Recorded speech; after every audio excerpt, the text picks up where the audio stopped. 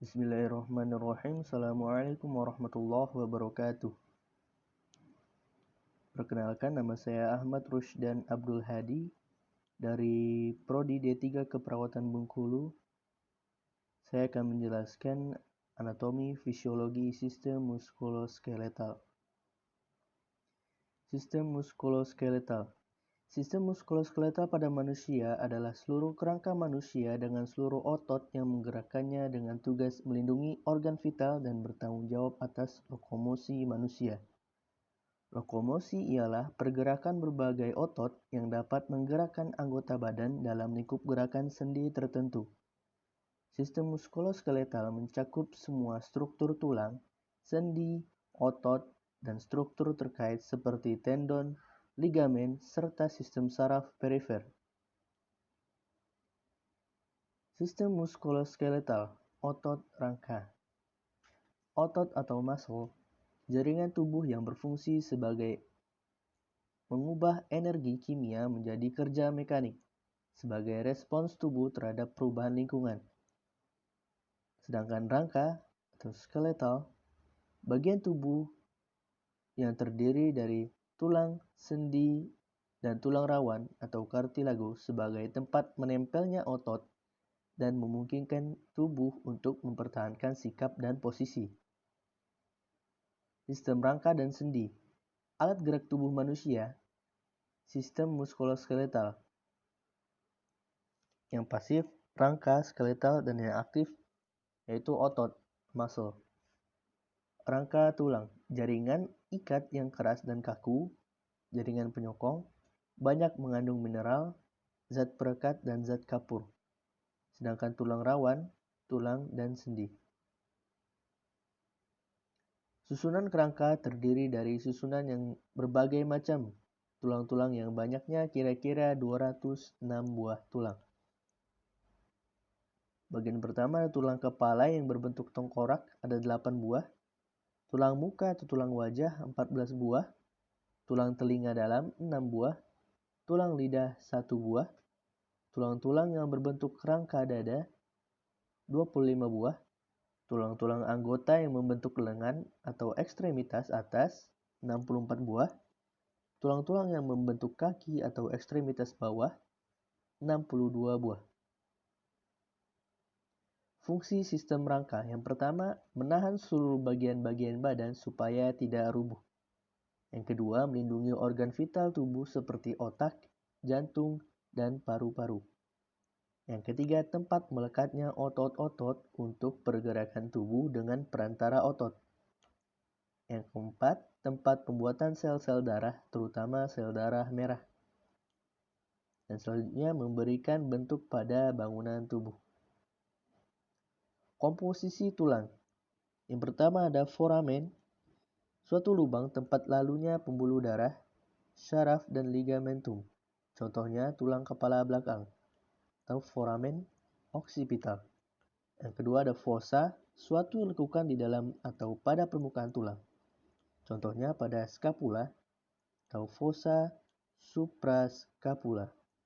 Yang ketiga ada processus, suatu tonjolan atau taju. Contohnya pada ruang tulang belakang, processus spinuus. Yang keempat ada condylus, tonjolan yang bentuknya bundar merupakan benjolan. Yang kelima ada tuberculum, tonjolan kecil. Yang keenam ada tuberositas, tonjolan besar. Yang ketujuh ada trochanter, tonjolan besar pada umumnya pada tulang paha atau femur. Selanjutnya ada crista pinggir atau tepi tulang pada tulang ilium atau crista iliaca. Selanjutnya ada spina, tonjolan tulang yang berbentuk agak runcing, contohnya pada tulang ilium, spina iliaca. Dan selanjutnya ada kaput atau kepala tulang, bagian ujung yang bentuknya bundar, contohnya tulang paha, kaput femoris. Selanjutnya ada tulang rawan. Tulang rawan berkembang dari mesenkim membentuk sel yang disebut kondrosit.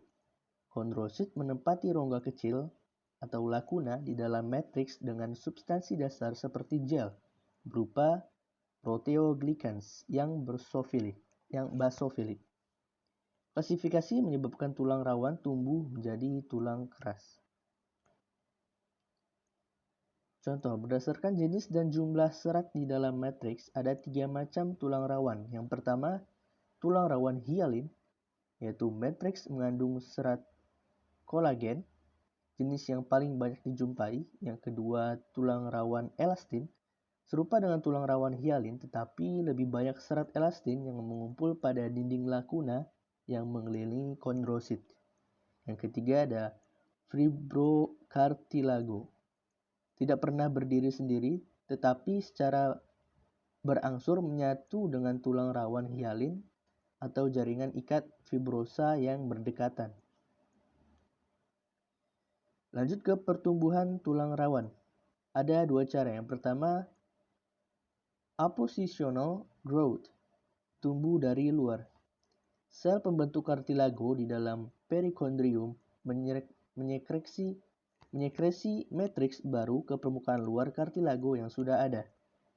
Dan yang kedua, interstitial growth, tumbuh dari dalam. Kondrosit yang berikatan dengan lakuna di dalam kartilago membelah dan menyekresi matriks baru dan memperluas kartilago dari dalam. Pertumbuhan tulang rawan berakhir selama periode dewasa.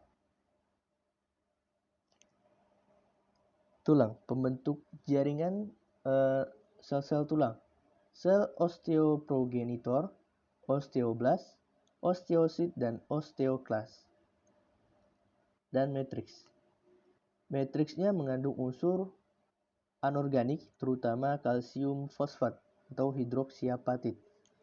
Yang ketiga, secara makroskopik atau spongiosa cancelosa. Yang kedua, kompak atau padat. Yang keempat, permukaan luar tulang dilapisi selubung fibrosa, periosteum. Lapis tipis jaringan ikat, endosteum, melapisi rongga sumsum dan meluas ke dalam dan kanali kuli tulang kompak. Struktur mikroskopis tulang. Yang pertama, sistem Havers, saluran Havers atau saraf pembuluh darah aliran limfa. Yang kedua, lamella, lempeng tulang yang tersusun konsentris. Yang ketiga adalah lakuna, ruangan kecil yang terdapat di antara lempengan-lempengan yang mengandung sel tulang. Yang keempat, kanalikuli, memancar di antara lakuna dan tempat difusi makanan sampai ke osteon. Apa itu periosteum? Periosteum adalah membran vaskuler fibrosa yang melapisi tulang. Banyak pembuluh darah dan melekat erat pada tulang. Pada tulang yang sedang tumbuh, terdapat lapisan sel pembentuk tulang di antara periosteum dan tulang. Bisa dilihat di gambar yang tertera. Contohnya, membran periosteum berasal dari perikondrium tulang rawan yang merupakan pusat osifikasi. Pada tulang yang sedang tumbuh terdiri atas satu batang atau diafisis dan 2 ujung, epifisis. Berikut gambarnya. Tulang menurut bentuknya. Yang pertama ada ossa longa.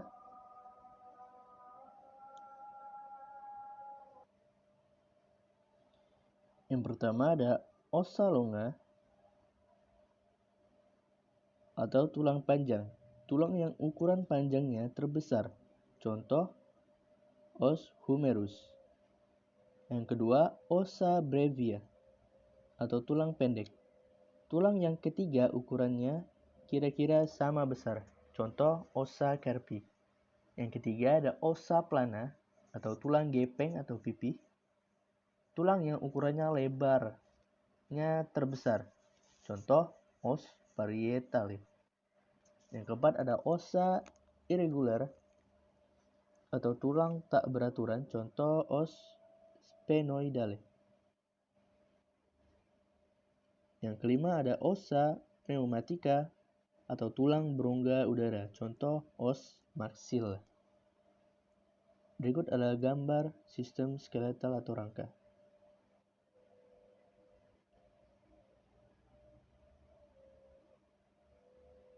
Rangka aksial ada tengkorak, sternum, ribs, vertebrae, sacrum.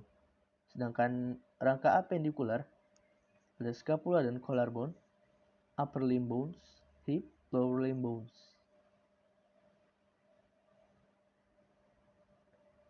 Berikut adalah contoh dari rangka aksial. Sedangkan ini adalah beberapa rangka apendikular. Dan ini adalah gambar dari vertebral sections. Lanjut ke tulang tengkorak. Tengkorak dibentuk oleh beberapa tulang picak yang bentuknya melengkung. Satu sama lain berhubungan dengan sangat erat sekali. Tulang tengkorak adalah tulang-tulang yang dihubungkan satu sama lain oleh tulang bergerigi atau sutura.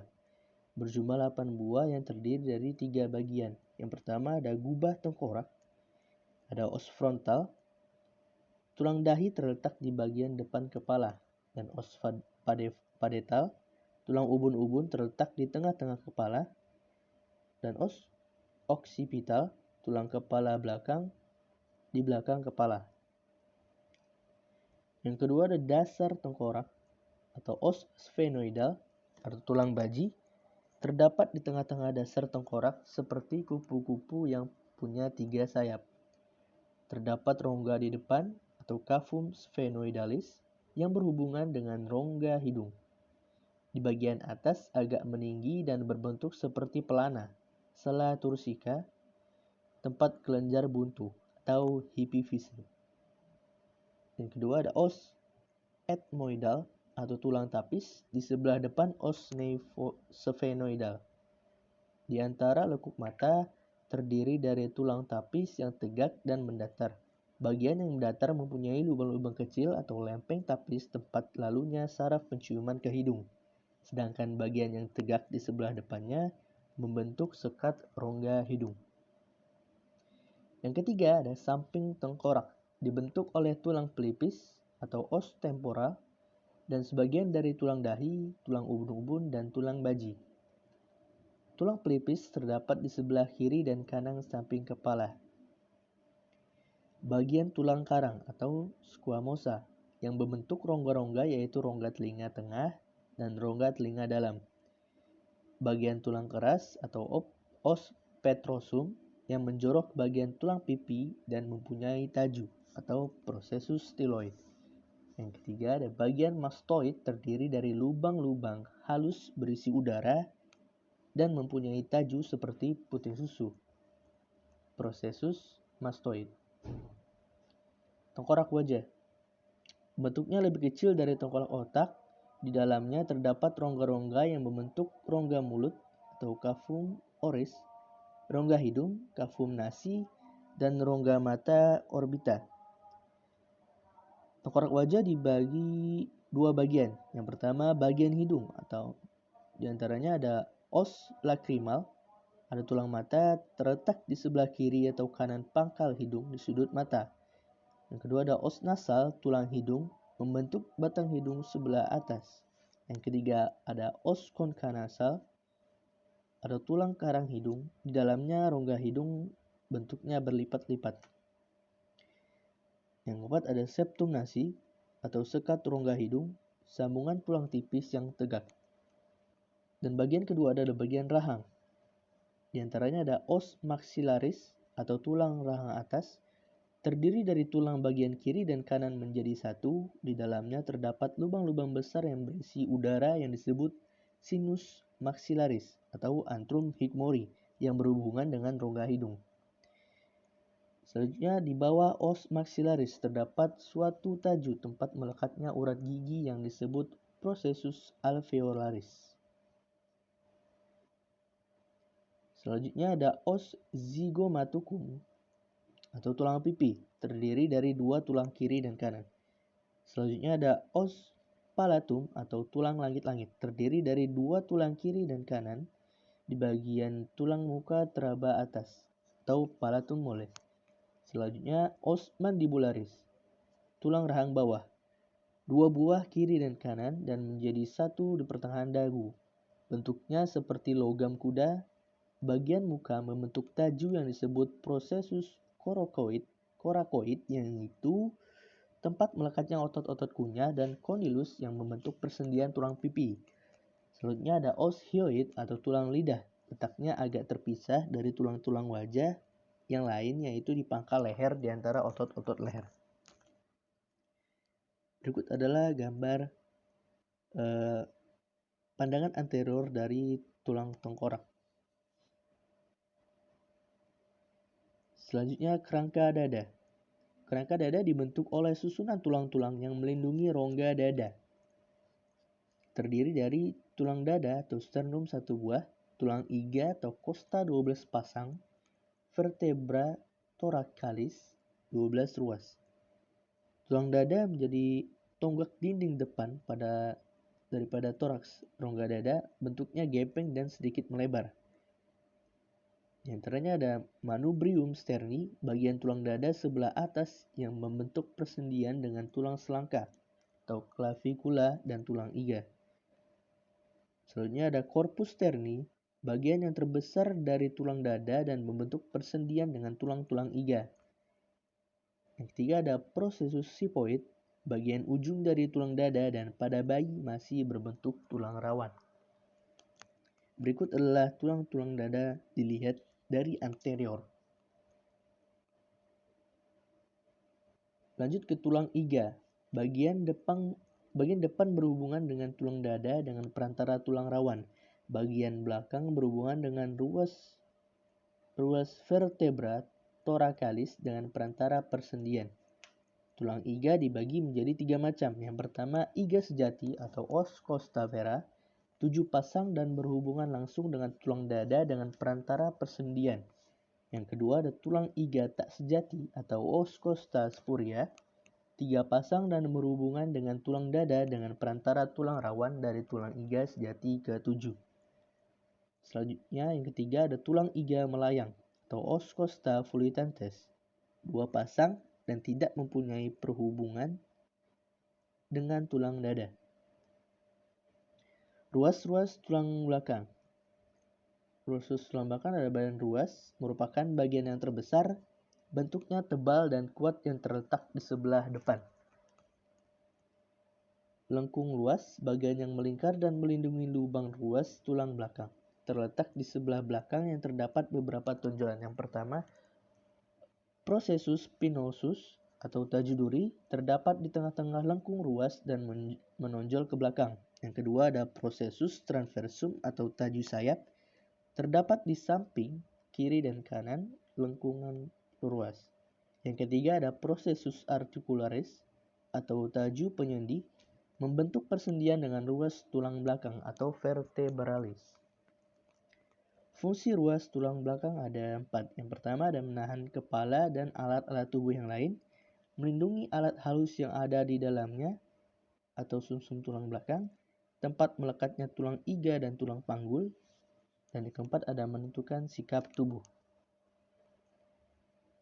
Bagian-bagian dari ruas tulang belakang. Yang pertama ada vertebra cervicalis atau tulang leher, terdapat 7 ruas.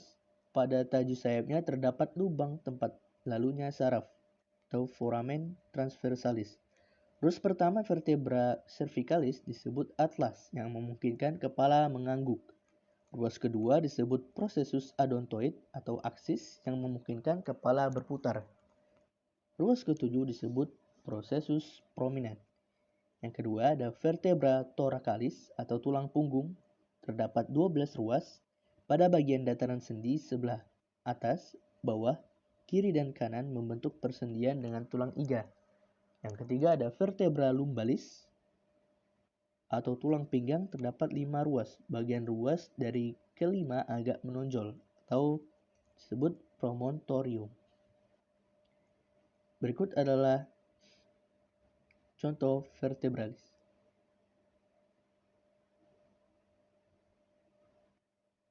Vertebra sacralis, tulang kelangkang, terdapat 5 ruas, di samping kiri dan kanan terdapat lubang-lubang kecil 5 buah.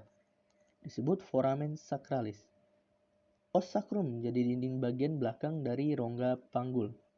Selanjutnya ada vertebra coccygialis atau tulang ekor, terdapat 4 ruas. Disebut juga os coccygialis. Dapat bergerak sedikit membentuk persendian dengan sakrum.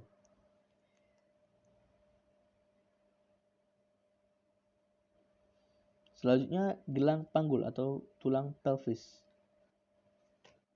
Gelang panggul adalah penghubung antara badan dan anggota bawah, yaitu tulang sakrum dan coccygeus, bersendi antara satu dengan yang lainnya pada symphysis pubis. Terdapat 2 bagian. Pertama, pelvis mayor atau rongga panggul besar dan pelvis minor atau rongga panggul kecil.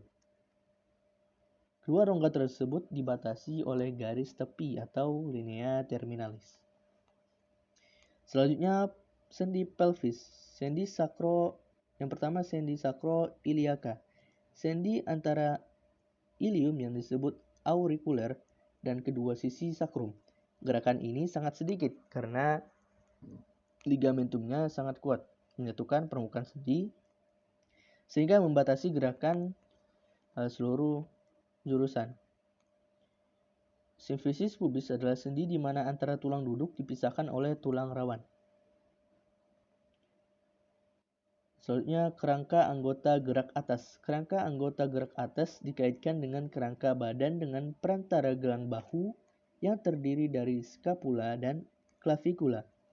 Tulang-tulang yang membentuk kerangka dengan gelang bahu, scapula dan clavicula, humerus, ulna dan radius, carpalia, metacarpalia, dan phalangus. Gelang bahu adalah persendian yang menghubungkan dengan lengan dengan badan. Dibentuk oleh 2 buah tulang. Yang pertama scapula atau tulang belikat, yang kedua ada clavicula atau tulang selangka. Berikut adalah contoh gambar dari anggota gerak atas.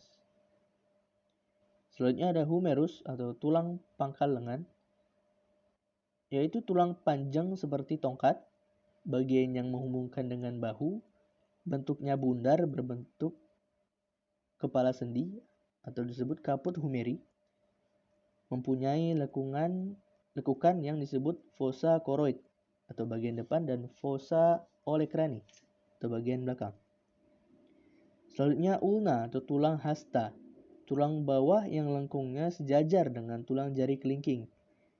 Arah ke siku terdapat taju, yaitu processus olecrani, yaitu tempat melekatnya otot dan menjaga agar siku tidak membengkok ke belakang. Selanjutnya ada radius atau tulang pengumpil, letaknya di bagian lateral, sejajar dengan ibu jari, dan bagian yang berhubungan dengan humerus sendinya berbentuk bundar yang memungkinkan lengan bawah dapat berputar atau telungkup. Selanjutnya ada carpalia, yaitu tulang pergelangan tangan. Carpalia terdiri dari 8 tulang yang tersusun dalam 2 baris, bagian proksimal dan bagian distal. Yang pertama ada metacarpalia atau tulang telapak tangan. Terdiri dari tulang pipa pendek 5 buah setiap batang dan mempunyai 2 ujung yang bersendi dengan tulang carpalia dan bersendi dengan phalangus atau tulang jari. Selanjutnya ada phalangus atau tulang jari tangan, terdiri dari tulang pipa pendek 14 buah dibentuk dalam 5 bagian tulang yang berhubungan dengan metakarpal perantaraan persendian. Berikut adalah gambar tulang-tulang tangan. Selanjutnya ada kerangka anggota gerak bawah. Tulang ekstremitas bawah atau anggota gerak bawah dikaitkan pada batang tubuh dengan perantara gelang panggul, terdiri dari 31 pasang tulang. Yang pertama ada tulang costa atau tulang pangkal paha, yang kedua ada femur atau tulang paha, yang ketiga ada tibia, tulang kering, yang keempat ada fibula, tulang betis, yang kelima ada patella atau tempurung lutut, yang keenam ada tarsalia, tulang pangkal kaki. Selanjutnya ada mata tarsalia, tulang telapak kaki, selanjutnya ada falang atau ruas jari kaki. Berikut adalah pandangan anterior dan posterior dari tulang femur atau tulang paha.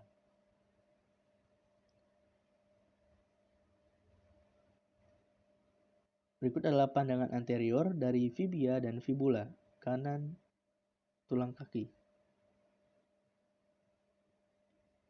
Lanjut ke sendi, persambungan atau artikulasio, pertemuan antara dua atau lebih dari tulang rangka. Secara artrologi, ilmu yang mempelajari persendian. 3 jenis sendi berdasarkan strukturnya. Yang pertama ada fibrosa, hubungan antar sendi oleh jaringan fibrosa. Yang kedua ada cartilago atau tulang rawan. Tulang antar sendinya berkaitan dengan tulang rawan. Dan yang ketiga ada synovial atau synovial joint. Ada ruang sendi dan ligamen untuk mempertahankan persendian. Bisa dilihat di gambarnya. Sendi berdasarkan jenis persambungannya. Yang pertama ada synarthrosis, sendi yang terdapat kesinambungan karena di antara kedua ujung tulang yang bersendi terdapat suatu jaringan. Yang kedua ada diarthrosis, sendi terdapat ketidaksinambungan karena di antara tulang yang bersendi terdapat rongga atau cavum articulare. Selanjutnya synarthrosis, yang pertama ada syndesmosis, jaringan penghubungnya mirip jaringan ikat.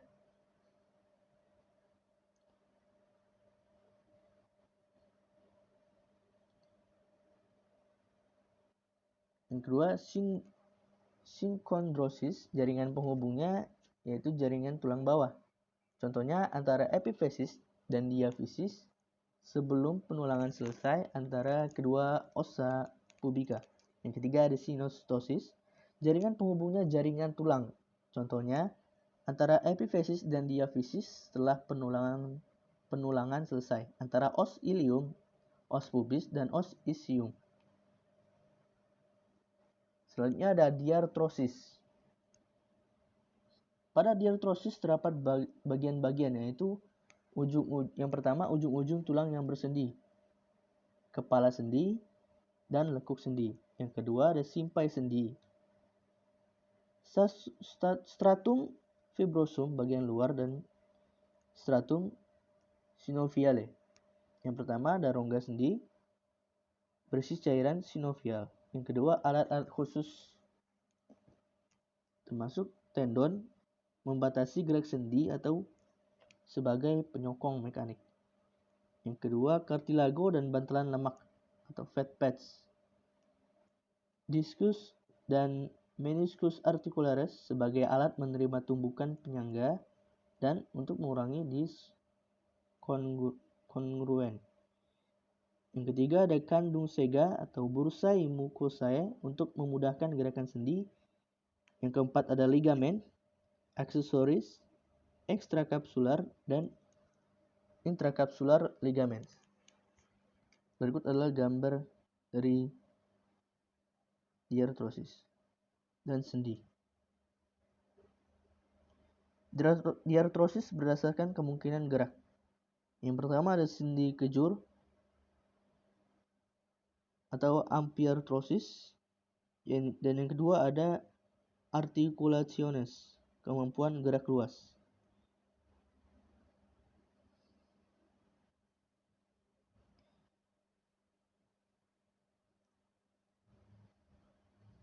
Berikut adalah gambar dari joint structures atau sendi. Penstabil sendi. Yang pertama, jaringan kolagen, kapsula sendi, dan ligamen. Yang kedua, bentuk permukaan sendi atau yang menentukan gerakan spesifik sendi. Yang ketiga, adanya tulang lain, otot rangka, dan bantalan lemak pada sendi. Yang keempat, tegangan pada tendon yang menempel pada tulang yang bersendi. Gerakan sendi. Yang pertama ada gerakan lurus atau linear motion atau gliding. Yang kedua ada gerakan sudut atau angular motion, fleksi ekstensi, hiperekstensi, abduksi adduksi, dan sirkumduksi. Yang ketiga ada gerakan putar atau rotation. Yang pertama ada rotasi kanan kiri, ada rotasi medial lateral, dan pronasi supinasi. Yang keempat ada gerakan khusus. Yang pertama ada inversi eversi, dorsofleksi, plantar fleksi, oposisi. Yang keempat protraksi dan retraksi. Yang kelima elevasi depresi. Dan yang keenam fleksi lateral. Otot merupakan suatu organ atau alat yang memungkinkan tubuh dapat bergerak. Otot membentuk 43% berat badan. Lebih dari sepertiganya merupakan protein tubuh dan setengahnya tempat terjadinya aktivitas metabolik saat tubuh istirahat. Proses vital di dalam tubuh seperti kontraksi jantung, kontraksi pembuluh darah, bernapas, peristaltik usus terjadi karena adanya aktivitas otot. Fungsi sistem otot rangka yang pertama ada menghasilkan gerakan rangka, yang kedua mempertahankan sikap dan posisi tubuh, yang ketiga menyokong jaringan lunak, yang keempat menunjukkan pintu masuk dan keluar saluran dalam sistem tubuh, dan yang kelima mempertahankan suhu tubuh. Dengan cara kontraksi otot, energi menjadi panas. 3 tipe jaringan otot. Pertama, otot polos. Yang kedua, otot rangka. Dan ketiga, otot jantung.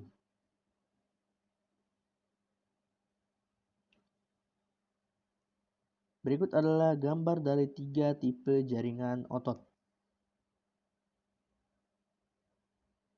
Struktur otot rangka. Yang pertama ada tendon. Hampir semua otot rangka menempel pada tulang. Tendon adalah jaringan ikat fibrosa tidak elastis yang tebal dan berwarna putih yang menghubungkan otot rangka dengan tulang. Berikut adalah contoh dari posisi tendon. Struktur otot rangka selanjutnya fascia atau otot rangka merupakan kumpulan fasciculus berkas sel otot berbentuk silindris yang diikat oleh jaringan ikat. Seluruh serat otot dihimpun menjadi satu oleh jaringan ikat yang disebut epimysium atau fascia. Setiap fasciculus dipisahkan oleh jaringan ikat perimysium. Di dalam fascicle, endomysium mengelilingi satu berkas sel otot. Di antara endomysium dan berkas serat otot tersebar sel satelit yang berfungsi dalam perbaikan jaringan otot yang rusak. Selanjutnya ada sarkolema atau membran sel atau serat otot dan sarkoplasma, yaitu unit struktural jaringan otot ialah serat otot diameter 0,01 sampai 0,1 mm dengan panjang 1 sampai 40 mm. Besar dan jumlah jaringan, terutama jaringan elastik, akan meningkat sejalan dengan penambahan usia. Dan setiap satu serat otot dilapisi oleh jaringan elastik tipis yang disebut sarkolema. Protoplasma serat otot yang berisi materi semi cair disebut sarkoplasma. Di dalam matriks serat otot terbenam unit fungsional otot berdiameter 0,001 mm yang disebut myofibril. Nah, myofibril berdiameter 1 sampai 2 mikrometer. Di bawah mikroskop, myofibril akan tampak seperti pita gelap dan terang yang bersilangan. Pita gelap atau thick filament dibentuk oleh myosin, sedangkan pita terang atau thin filament dibentuk oleh aktin, troponin, dan tropomyosin. Selanjutnya sarkomer. Sarkomer terdiri dari filamen tebal, filamen tipis, protein yang menstabilkan posisi filamen tebal dan tipis, dan protein yang mengatur interaksi antara filamen tebal dan tipis. Pita gelap dan pita terang. Filamen tebal terdapat di tengah sarkomer pita A. Terdapat 3 bagian, garis M, zona H, dan zona overlap. Filamen tebal terdapat pada pita 1. Garis Z merupakan batas antara dua sarkomer yang berdekatan dan mengandung protein connectins yang menghubungkan filamen tiois pada sarkomer yang berdekatan. Selanjutnya retikulum sarkoplasma atau jaringan kantung dan tubulus yang terorganisir pada jaringan otot. Retikulum endoplasma di sel lain. Terdapat tubulus-tubulus yang sejajar dengan miofibril yang pada garis Z dan zona H bergabung membentuk kantung atau lateral sac yang dekat dengan sistem tubulus transversal atau tubulus T, tempat menyimpan ion Ca2+. Tubulus T yaitu saluran untuk perpindahnya cairan yang mengandung ion. Tubulus T dan retikulum sarkoplasma berperan dalam metabolisme, eksitasi, dan kontraksi otot. Komposisi otot rangka, otot merah dan putih. Otot merah yaitu banyak mengandung pigmen pernapasan yaitu mioglobin yang berfungsi membawa oksigen dari kapiler darah atau ekstrasel ke mitokondria atau intrasel. Kapasitas metabolisme oksidatif yang lebih tinggi dengan aktivitas siklus Krebs dan enzim transport elektron yang kuat. Sedangkan otot putih karena kurang mioglobin, kapasitas glikosis anaerobik yang tinggi dengan aktivitas enzim glikolisis dan fosforilase yang kuat. Ada ekstraktif, yaitu zat non-protein yang larut dalam air meliputi kreatinin, kreatinin fosfat, ADP, asam amino, asam laknat, dan lain-lain. Zat yang memiliki struktur grup fosfat merupakan zat yang kaya energi. Selanjutnya, komposisi otot rangka ada protein, komponen enzim otot yang mengkatalisis berbagai tahapan pada proses glikolisis, merupakan protein sarkoplasmik. Protein lain yang membentuk struktur otot ialah miosin, aktin, troponin, dan tropomiosin. Mungkin segitu saja yang dapat saya sampaikan. Mohon maaf bila data yang saya berikan kurang signifikan. Lebih kurangnya saya mohon maaf. Terima kasih. Wassalamualaikum warahmatullahi wabarakatuh.